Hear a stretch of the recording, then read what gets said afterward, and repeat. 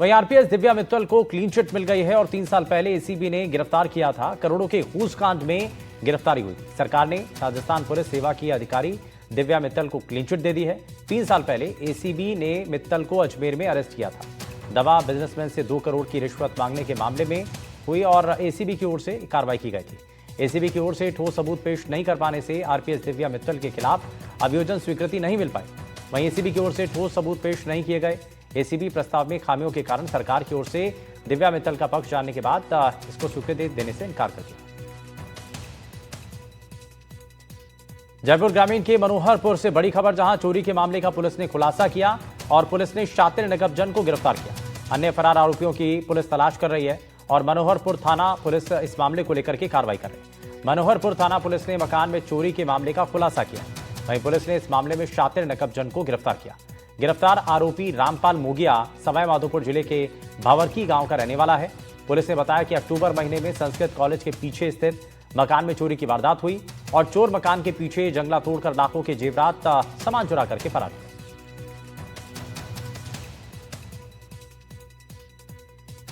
अलवर जिले के प्रमुख पर्यटन केंद्रों में शामिल ऐतिहासिक सिलीसेट झील को द कन्वेंशन ऑन वेटलैंड्स ने रामसर साइट घोषित किया है। वहीं राजस्थान के फलौदी में कीचन और उदयपुर में मीनार के बाद सिलीसेट झील को राजस्थान की 5वीं देश में 96वीं इस दौरान रामसर साइट के रूप में घोषित किया गया। अब सिलीसेट झील को रामसर साइट में शामिल करने से विश्व में एक पहचान मिली। दुनिया के 160 देशों की संधि में रामसर झीलों की तुलना की जाती है और उन्हें चिन्हित किया जाता है, जिसमें अब अलवर की सिलीसेट झील को भी चिन्हित कर लिया गया है राजस्थान में, जिसका 5वां नंबर घोषित हुआ है। रामसर झील होने के बाद, सिलीसेट झील को रामसर का दर्जा मिलने के बाद, ये वो झील है जहां पर विदेशी पक्षियों का लगातार जमावड़ा रहा है।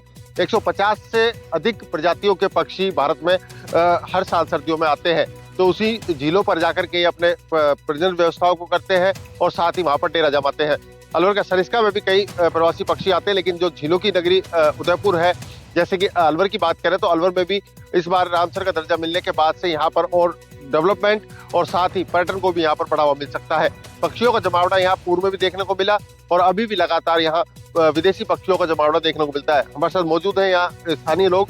सर, रामसर का दर्जा मिला है, क्या मानते हैं आप, किस तरह का अलवर के लिए रुचि है? यहाँ पर्यटन बढ़ेगा, निवेश बढ़ेंगे और डेवलपमेंट के लिए पैसा आएगा?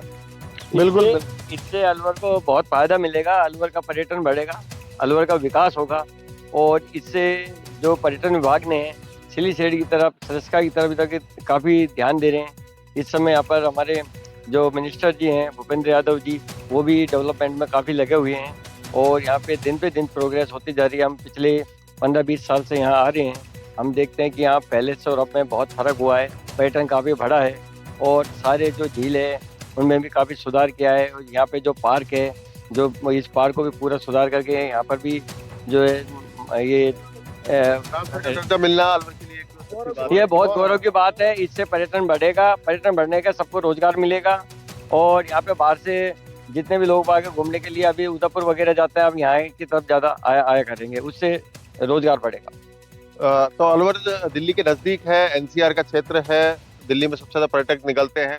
क्या लगता है यहाँ अब जो विदेशी पक्षियों का जमावड़ा रहता था वो और डेवलप हो पाएगा? हाँ, काफी डेवलप हो पाएगा। किस तरह की अभी आवश्यकताएं हैं यहाँ, जो कमी है जिनको और दूर किया जा सकता है? रामसर का दर्जा यहाँ मिला है, राजस्थान में 5 रामसर के दर्जे के झीलें हो चुकी हैं। किस तरह की झील नजर आती है आपको? ये बढ़िया झील है, बढ़िया झील है, पानी हमेशा पानी रहता है। सर, एक अलवर की एक झील है का हमेशा पानी रहा है और ओवरफ्लो भी लगातार इसका चलता रहा था मानसून के बाद। हाँ, पिछले साल भी 1 महीने ओवरफ्लो चला था और साल भी 1 महीने ओवरफ्लो चला है। आप कितने लंबे समय से यहाँ आ रहे हैं और किस तरह के यहाँ पक्षियों को अलग काफी देख पाते हैं? काफी टाइम से आ रहे हैं, 25-30 साल हो गए। या विदेशी पक्षी भी आपको नजर आते हैं सर्दियों में? हाँ, आते हैं, पक्षी भी आते हैं काफी। और जैसे अब ये पक्षी घूम रहे हैं। बिल्कुल यहाँ जो स्थानीय लोग हैं उनका मानना है कि रामसर का दर्जा मिलने के बाद जो इसकी कायाकल्प है उसका अच्छी तरह हो पाएगा और जो विदेशी पक्षियों का यहाँ पर जमावड़ा रहता है वो इस झील के चारों ओर कहीं ना कहीं नजर आते हैं। तो उन्हीं को लेकर के माना जाता है कि लगातार यहाँ पर्यटन बढ़ेगा और पर्यटन के साथ ही जो विकास है उस विकास में भी कहीं ना कहीं गति बढ़ पाएगी। अलवर से मुदित कोड, एनडीटीवी। अलवर की सिलीसेट झील जो कि विश्व में अब अपनी पहचान बनाए हुए है, रामसर का दर्जा मिलने के बाद अब सिलीसेठ झील जो है विश्व में अपनी अलग ही पहचान रहेगी। राजस्थान के 5 झीलों में अब सिलीसेठ झील भी गिनी जाएगी। वहीं देश की 95 झील जो इस रामसर में घोषित हो चुकी हैं, उसमें अब ये सिलीसेठ झील भी है, जो अलग ही अपनी पहचान बनाए हुए है। लगातार यह पानी से लबालब होती है और विदेशी पक्षी और यहाँ पर्यटकों का काफी जमावड़ा देखने को मिलता है।